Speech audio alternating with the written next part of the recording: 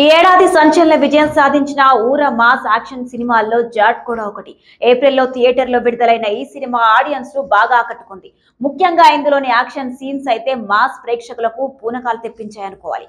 పేరుకు హిందీ సినిమా అయినప్పటికీ కథంతా ఆంధ్రప్రదేశ్ లోని చీరాల్లో కొనసాగుతుంది. స్టోరీ ఏంటంటే ఆంధ్రప్రదేశ్ లో బోల్డ్ అంత బంగారాన్ని చోరీ చేసిన ఒక కరడుగట్టిన క్రిమినల్ ఆంధ్రప్రదేశ్ సముద్ర తీరానికి వచ్చి తన నేర సామ్రాజ్యాన్ని స్థాపిస్తాడు.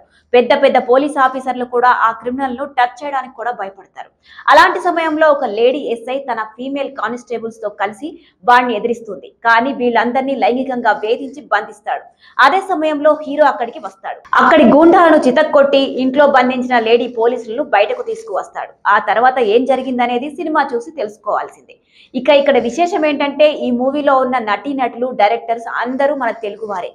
ఈ సినిమాను నిర్మించింది పుష్ప 2 లాంటి బ్లాక్ బాస్టర్ తో దేశవ్యాప్తంగా గుర్తింపు తెచ్చుకున్న మైత్రి మూవీ మేకర్స్. ఓవరాల్ గా ఈ సినిమా 120 కోట్లు వసూలు రాబట్టింది.